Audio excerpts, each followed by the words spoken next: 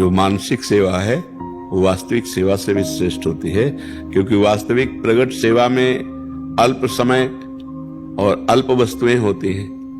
मानसिक सेवा में तो चलते फिरते भी कर सकते हैं और विस्तार पूर्वक कर सकते हैं।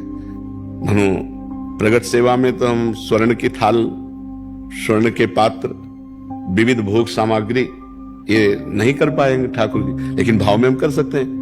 भाव में एक विशाल स्वर्ण की थाल है, छोटी छोटी कटोरियां हैं, किसी में खीर है, किसी में रसमलाई, किसी में रबड़ी, किसी में विविध प्रकार की भोग सामग्री एकत्रित करके अपने हाथ से पवाते हैं।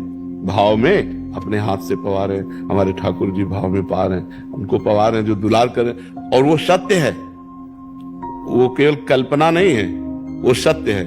एक बार श्री विट्ठलनाथ गोस्वामी जी से किसी धनी मानी ने पूछा कि बिना पैसे के भगवान की सेवा हो जाए और भगवान प्रसन्न हो जाए।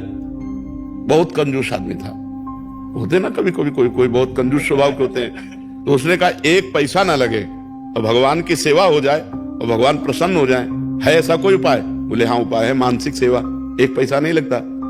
वो बताया पद्धति, ऐसे से ऐसे मानसिक करो। तो कुछ दिन हो गए, तो एक दिन उसने मानसिक में दूध में चीनी डाला तो थोड़ा ज्यादा हो गई, तो उसको थोड़ा चुभा कि चीनी ज्यादा हो गई। कंजूस स्वभाव था। तो ठाकुर जी ने एक थप्पड़ मारा प्रगट में।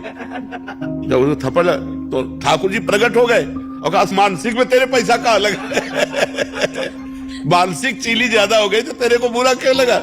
मतलब ठाकुर जी मानसिक सेवा को स्वीकार करते हैं, पक्का स्वीकार करते हैं, पर मानसिक सेवा का स्वरूप तभी माना जाता है जब मानसिक इष्ट दिखाई दे।